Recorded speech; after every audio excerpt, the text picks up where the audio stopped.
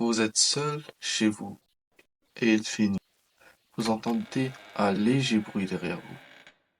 Mais dès que vous vous retournez, il n'y a rien. Vous vous rassurez, et vous dites sûrement que ce n'est que votre imagination. Mais si je vous disais quelque chose, ou plutôt quelqu'un, vous observez en ce moment même.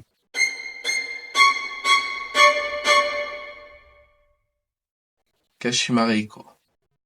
Son histoire circule dans les forums japonais. Mais rares sont ceux qui prononcent encore son nom. Ce soir, nous allons plonger dans la légende de l'esprit sans jambes, de cet esprit qui hante les routes japonaises. Préparez-vous, car une fois qu'on connaîtra son histoire, il sera peut-être déjà trop tard. Tout commence à la fin des années 40. Une femme dont le nom n'est toujours pas exactement connu se baladait seule dans la rue et tente de rentrer chez elle en passant par une voie ferrée. Mais cette nuit-là, elle n'était pas seule. On dit qu'elle aurait été attaquée et laissée pour morte sur les rails. Trop faible pour bouger, elle voit la lumière d'un train se rapprocher. Un hurlement, et puis plus rien.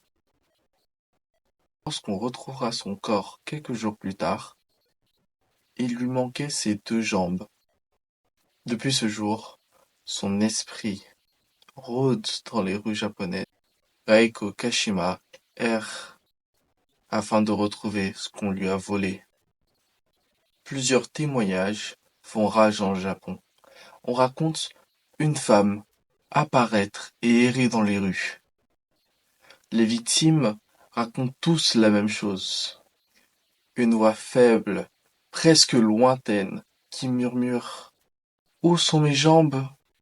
Le témoignage d'un homme fut quelque peu étourdissant. 仕事の後、一人で歩いていました。午前日常でした。後ろから足音のような音が聞こえましたが、不規則で誰かが降っているようでした。その後、冷たい声で、核はどこと聞かれました。Ou celle encore de cette femme. 家に帰る途中でした。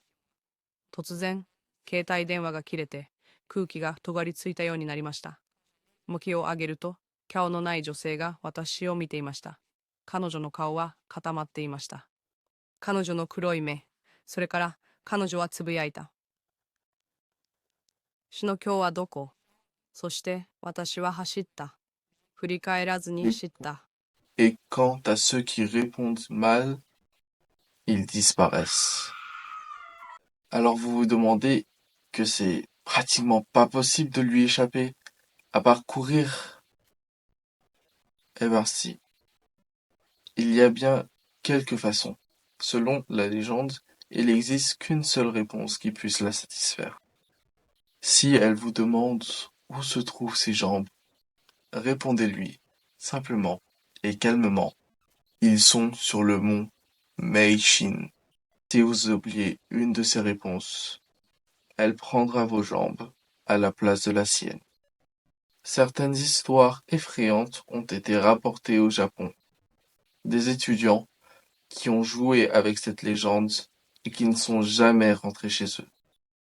Des caméras de surveillance captant une silhouette rampante.